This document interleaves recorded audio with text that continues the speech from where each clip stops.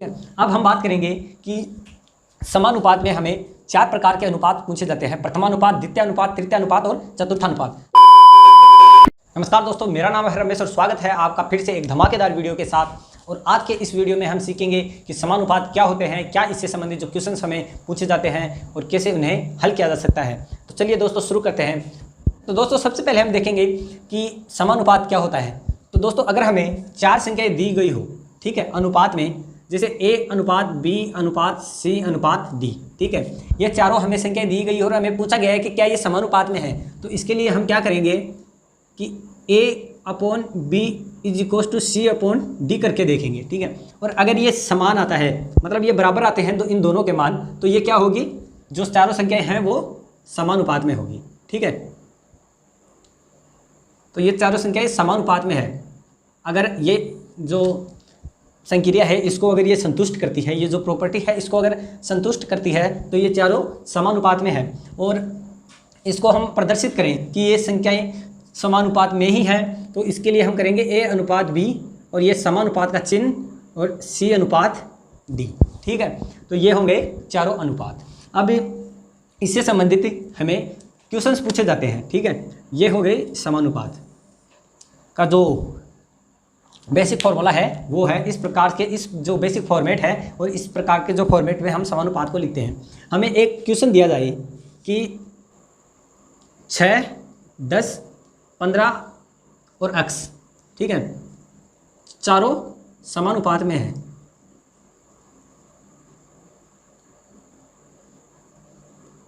तो x का मान हमें ज्ञात करना है, ठीक है। सबसे पहली बात ये कि हमें समानुपात में दिया गया है, तो हम इसे इस प्रकार लिख सकते हैं 6 अनुपात 10 समानुपात 15 अनुपात x, ठीक है। अब हम इसे इस प्रकार लिख सकते हैं कि इन दोनों को आपस में गुणा और इन दोनों को आपस में गुणा करके बराबर कर देंगे, ठीक है। जैसे, या फिर हम ऐसा कर सकते हैं, और इसी का रूप ये है, ठीक है। अब इसी का रूप ये आपस में गुणा कैसे है, जैसे AD = CB, ठीक है। इस D को यहाँ ले गए, B को यहाँ पे ले गए। अब इसी प्रकार यहाँ पे हमने क्या किया, A को D से गुणा, इसको इससे गुणा और B को C से गुणा, ठीक है, ऐसे कर दिया और इक्वल कर दिया। उसी प्रकार हम यहाँ पर कर सकते हैं।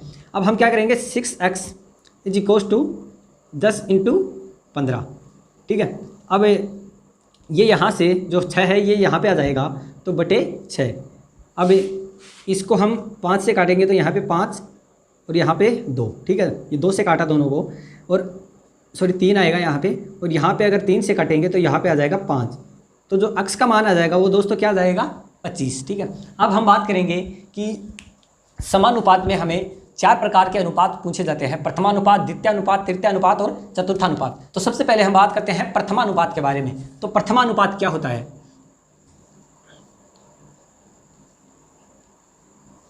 प्रथमानुपात होता है कि जब भी, मतलब जो अनुपातों में जो पहला अंक होता है उसे प्रथमानुपात कहते हैं। जैसे x अनुपात A समानुपात B अनुपात C, ठीक है। तो हमें जब प्रथमानुपात पूछा जाता है तो उसमें हमें A, B तथा C का मान दे दिया जाता है। जैसे हम एक उदाहरण लें, ठीक है। अब उदाहरण में हमें दिया गया है 16, 24 और 48, ठीक है, का प्रथमानुपात ज्ञात करें।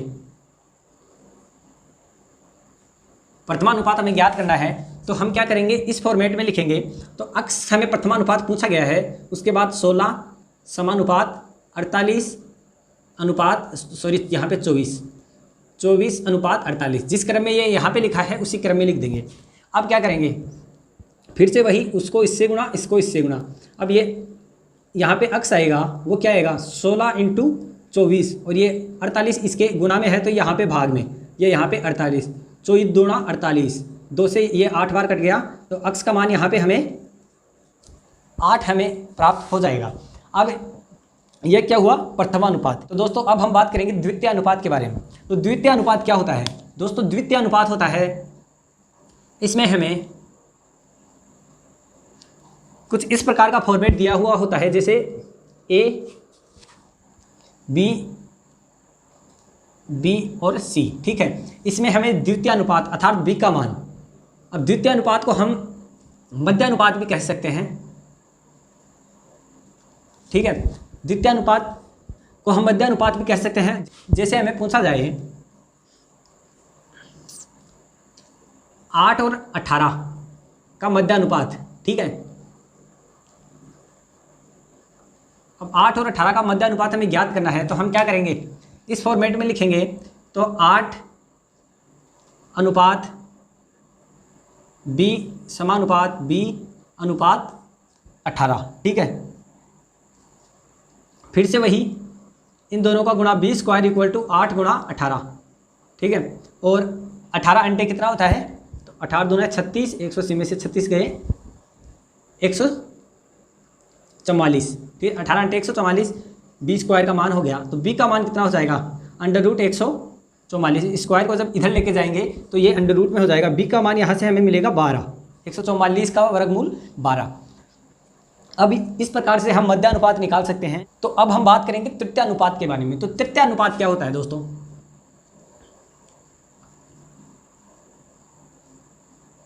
दोस्तों तृतीय अनुपात होता है, इसमें हमें कुछ इस प्रकार का फॉर्मेट दिया हुआ होता है, ठीक है। और हमें जैसे एक उदाहरण लें,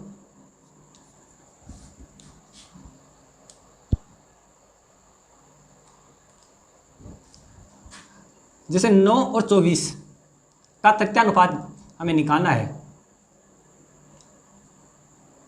ठीक है। अब हम इसका तृतीय अनुपात कैसे निकालेंगे? तो तृतीय अनुपात यहाँ पे क्या हुआ, 1, 2, और ये भी दूसरे में ही गिनती आ गया, और ये यहाँ पे c है, ये क्या हो गया, तृतीय अनुपात। मतलब जब भी हमें तृतीय अनुपात पूछा जाए तो जो वास्तविक द्वितीय और तृतीय नंबर के जो अनुपात होंगे वो सेम होंगे, और जो चौथा अनुपात होगा उसे हम तृतीय अनुपात मानेंगे, ठीक है। अब हमें 9 और 24 दिया गया है, तो हम ऐसे लिखेंगे 9 अनुपात 24 समानुपात 24, ठीक है, अनुपात ये c। अब हमें c निकालना है, तो 24 को 24 से गुणा करेंगे, तो c का मान क्या आएगा, 24 × 24/9, ठीक है। अब ये क्या हो गया, 8 × 24 और ये 8 × 24, तो ये हो गया यहाँ पे 8 और 8। c का मान कितना हो गया, अंटे अंटे 64। ये क्या हो गया, इसका तृतीय अनुपात हो गया। तो दोस्तों अब हम बात करेंगे चतुर्थानुपात के बारे में, ठीक है। तो चतुर्थानुपात क्या होता है? चतुर्थानुपात होता है दोस्तों कि a अनुपात b समानुपात c अनुपात d, ये हमें दिया गया हो और इसमें चतुर्थानुपात पूछा जाए तो चतुर्थानुपात क्या होगा, ये जो चौथा अनुपात है यही क्या है, चतुर्थानुपात। अब इससे संबंधित हमें क्वेश्चन पूछे जाएँ तो क्वेश्चन कुछ इस प्रकार होंगे, जैसे उदाहरण लें कि 6, 15 व 20 का चतुर्थानुपात हमें निकालना है, ठीक है। अब इसका हम चतुर्थानुपात निकालें तो हम क्या करेंगे, वही पहले जैसे 6 अनुपात 15 समानुपात 20 अनुपात x, ठीक है, ये चतुर्थानुपात है। हम करेंगे 15 × 20 = 6x, ठीक है। ये इससे इसको गुणा करेंगे, हम x को यहाँ पे लेके जाएंगे, तो 6 को लेके जाएंगे, तो इसका मान कितना आ जाएगा, तो ये हो गया। इसको हम 3 से विभाजित करें तो यहाँ पर 2 शेष बच जाएगा और यहाँ पे बचेगा 5, ठीक है। 2 से करें तो यहाँ पे 10, तो ये क्या हो गया, 50। x का मान हमें दोस्तों प्राप्त हो गया 50, और 50 क्या है, इसका चतुर्थानुपात, जो d हो गया इसका यहाँ पे 50।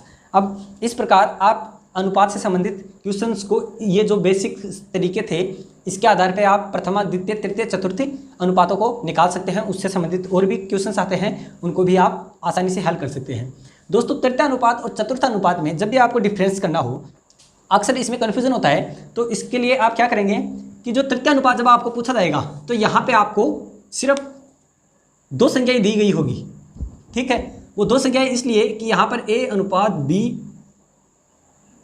समानुपात b अनुपात c, ये क्या है, तृतीय अनुपात का जो फॉर्मेट है ये वो है। अब तृतीय अनुपात में 2 ही संख्याएं दी गई होंगी और तीसरी पूछी जाएगी, तब तो आप b को डबल कर देंगे और c जो तृतीय अनुपात होगा वो 4 नंबर पे पहुंच जाएगा और उसको आप निकाल लेंगे। और चतुर्थ अनुपात होगा, उसमें आपको 3 संख्याएं दी गई होगी, ठीक है, ये जो 3 दी गई है, और आपको बिल्कुल समानुपात के फॉर्मूले में आसानी से रखते जाना है, और जो चौथे नंबर का आएगा वास्तव में वही चतुर्थानुपात होगा। तो बस दोस्तों आज के वीडियो में इतना ही। उम्मीद है आपको वीडियो पसंद आया होगा, और पसंद आया है तो वीडियो को लाइक कर दें और चैनल को सब्सक्राइब करके बेल नोटिफिकेशन को जरूर प्रेस कर लें ताकि आने वाले वीडियोज़ के नोटिफिकेशन आपको सबसे पहले मिल जाए। धन्यवाद।